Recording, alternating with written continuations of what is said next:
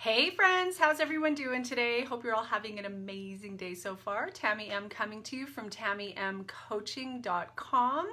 And what I want to talk to you about today are some lies that we believe as codependent people.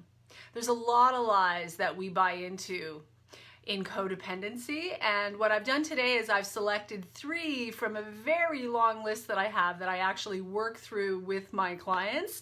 At a particular part in my program, we have a look at some of the bullshit and some of the lies. We have a real good upfront, close and personal look at some of the lies and bullshit that we believe, and we operate from this place of untruth in our lives, and then we wonder why we struggle, and we wonder why we suffer, and we wonder why we're in so much pain.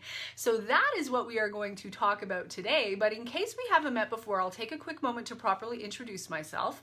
Once again, my name is Tamie M. I am an empowerment coach for women. I help women recover from unhealthy relationships so they can finally find and keep happy, healthy love through a proven 6-week process called the Freedom Class. And if you'd like some information on that or any of my programs, go on over to TamieMCoaching.com. There's a link at the bottom of the page to book a free strategy call with me.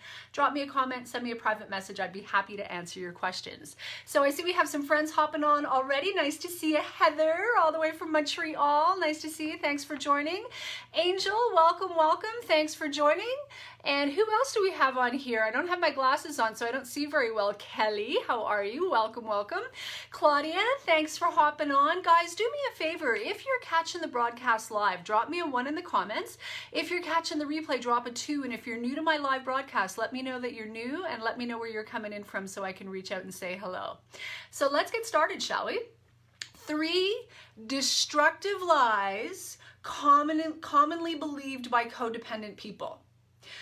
And again, I chose these actually quite randomly from a very long list that I have that I go through my clients with. So there's a lot of lies that we buy into, and I just randomly chose 3, but I think that they're 3 that are pretty prevalent, certainly have been in my experience, personally, as well as professionally, and the folks that, you know, I speak to on a daily basis. So first and foremost, the first lie that we often believe that can cause us so much suffering is this: I'm crazy. I'm crazy. We walk around with this belief in our head, in our heart, inside of us, that there's something wrong with us. There's something very wrong with us, very broken about us. We're deficient somehow. Something's off because we're crazy. Okay? Now, often we believe this because we've heard it repeatedly. We've been told by some of the abusive others in our life that we're crazy. I remember historically, many years ago, with one of my, I like to refer to him as one of my greatest teachers. Very painful lessons I had to learn with this one highly narcissistic individual. And I would say to him, you know, like once I started to wake up and started to move in the direction of real recovery and, you know, and all of that was coming to an end. But I remember saying to him that, you know, it's like you poke me with a molten hot poker and then criticize me for screaming. That was my experience with this individual who supposedly loved me. It was as if he emotionally, spiritually, psychologically, what have you, poked me with a molten hot poker, as cruel and vile as he could possibly be, as hurtful as he could possibly be, and then criticized me for screaming. I'm sure many of you tuning into me can relate in terms of a parallel experience, at least, right? Drop a comment and tell me whether or not you can relate. This is crazy making behavior. This is crazy making behavior, and the kind of thing that causes us to believe we're nuts, to believe we've got to be the crazy ones. Now, certainly when we keep putting our hand up for the bullshit and the nonsense and the abuse, and we keep stepping in front of the oncoming train, there comes a point where we have to sit down and take a good hard look at ourselves and maybe start doing some of our own work to figure out why do I keep signing up for this shit? Like, what is it about me that attracts one after another after another? So there's certainly a huge place for that. And that's what my work is really all about. But that doesn't make you crazy. That doesn't mean you're crazy. The truth is, we are often having very normal, very legitimate, very human reactions to crazy-making behavior. We are having very legitimate responses, reactions, feelings to very insane, destructive, hurtful insanity going on around us. And the fact that we are having the feelings that we are having in those experiences is actually a good sign. It's actually a good sign that you feel, the negative feeling, and the alarm bell goes off when someone is theoretically poking you with a molten hot poker, right? When someone is behaving in a destructive way in your life, messing with your mind, it's a good sign that you have the feelings and the reactions that you do. That doesn't make you crazy, it makes you human, and chances are good, highly empathic. We feel things deeply, deeply, deeply, deeply. So even when we were itty bitty and little, having the feelings that we weren't allowed to feel, that we weren't allowed to name, that we weren't allowed to put a voice to, in reaction and in response to the insanity that was going on around us. We take it on like there is something wrong with us, when the reality is we are having what really, my friends, is very healthy reactions and very healthy responses to very unhealthy, not cool, not good nonsense going on around us. So as a result of many years of that, if you've lived a lifetime on the receiving end of that sort of thing, as a result of that, you may be walking around like I was, completely unaware of the extent that you carry anxiety. You might be filled with anxiety, and it has been such your norm, as it had been for me my whole life for the first few decades. It might be so your norm to be filled with fear and anxiety that you don't even realize the extent to which you are filled with fear and anxiety. Doesn't make you crazy. It means that your body and your soul have been reacting to things that you should not have had to have endured. So you are not crazy. There are a whole bunch of other very logical, very real, very true explanations as to what may really be going on with you. So I am crazy? Bullshit. That is a lie. Tell yourself the truth. Look yourself in the mirror, eyeball to eyeball, and tell yourself the truth. Are you really crazy, or are you in a lot of pain? Are you really crazy, or are you filled with fear and anxiety for good freaking reason? Are you really crazy, or are you having a legitimate, healthy, human, empathic reaction and response to the bullshit and the nonsense that's coming at you on a daily basis and has been for a very long time? Big difference. Big, big, big, big difference. Lie number two. I am responsible for how others think, feel, and behave. Destructive lies commonly believed by codependent people. I am responsible for how others think, feel, and behave. We are responsible for ourselves. Look, when we were 5 and 10 and 12, we didn't have a lot of choice. But if you're tuning into me, you're a full-blown adult. Should be. We are responsible for ourselves. And if you have children in your charge, then certainly you're responsible to them. And if you have a spouse or aging parents, there's a certain level of responsibility perhaps that comes along with that in a mutually healthy relationship. Like, that's a whole other tangent that we can go down.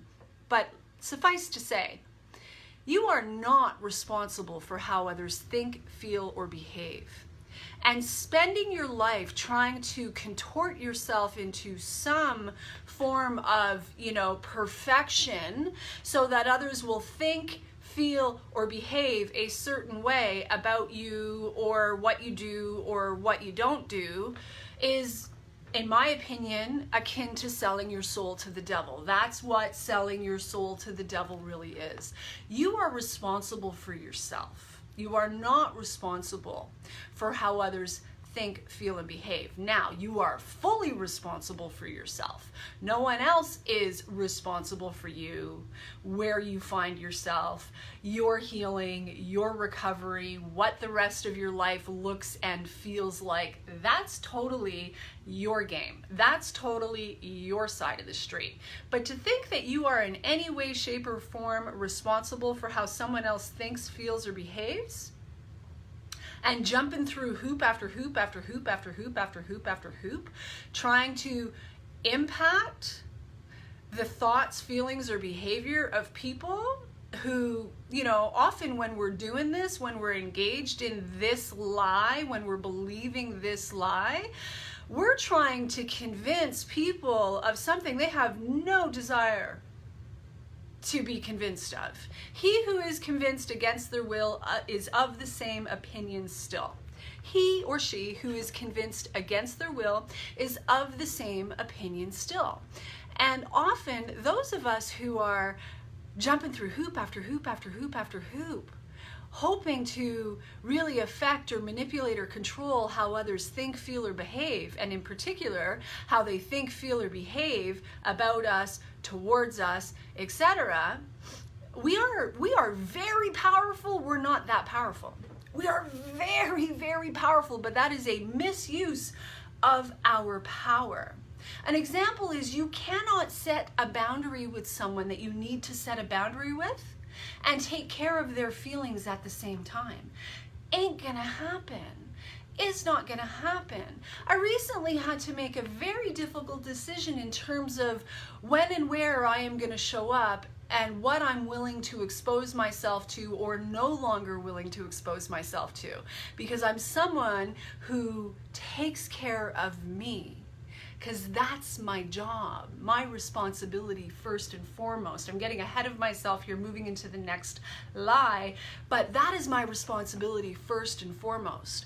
When I made that decision, I could not be overly concerned or wrapped up in the opinions of others. I can't project into the future in terms of how they may think, feel, or behave around this decision that I have made. None of my freaking business. I can't control that. They can choose to criticize it and condemn it. They can choose to understand it. They can choose to respect my choice, my free will.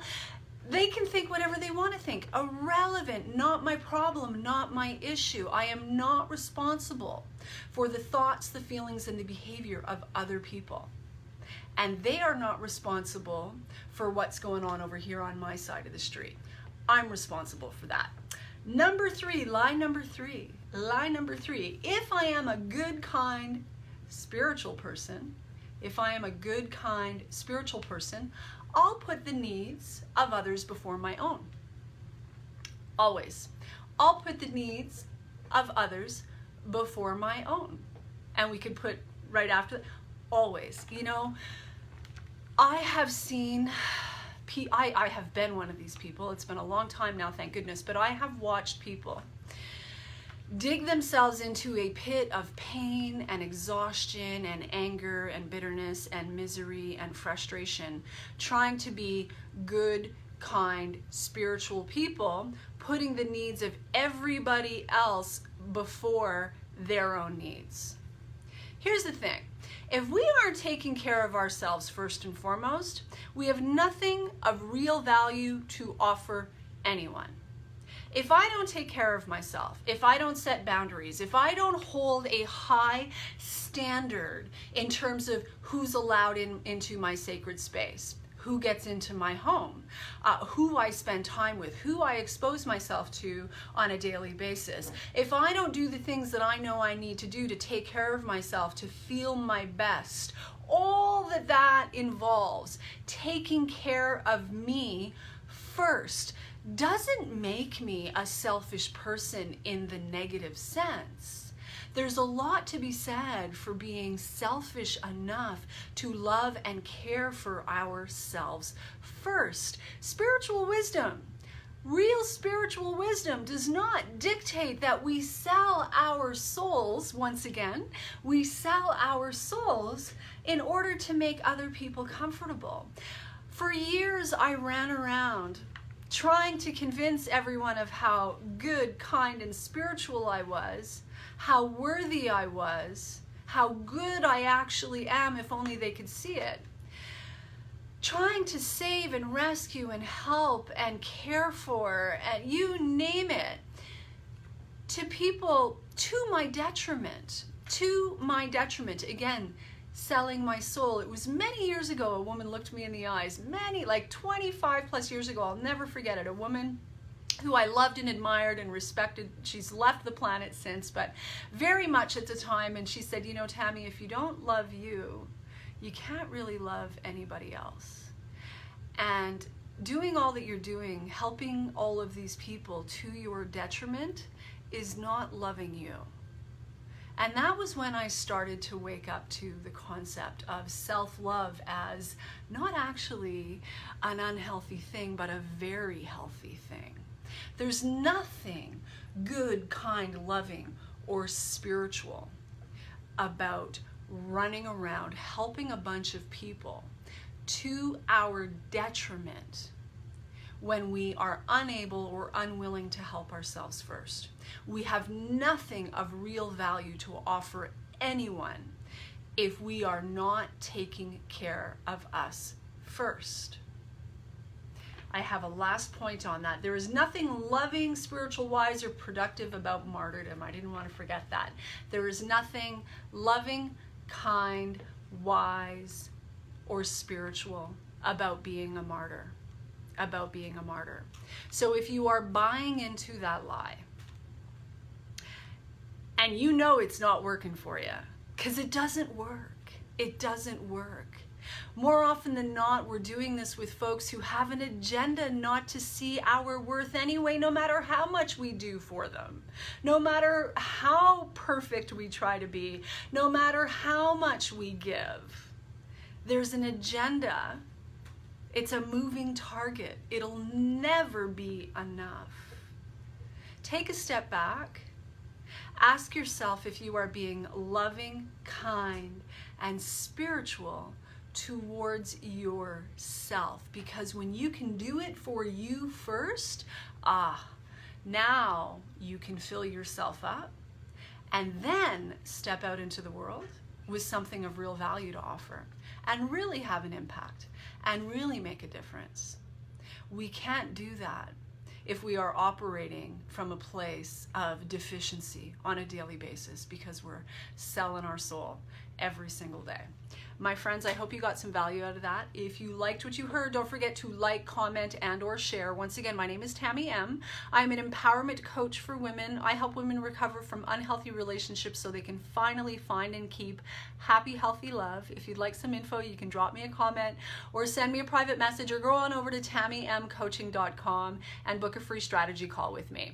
And with that, I will call it a wrap. I will look forward to catching up with you probably on Wednesday. I'm shooting for Monday, Wednesday, Friday live in the afternoon moving forward. So I will look forward to catching up with you on Wednesday. Mwah! Much love. Bye for now.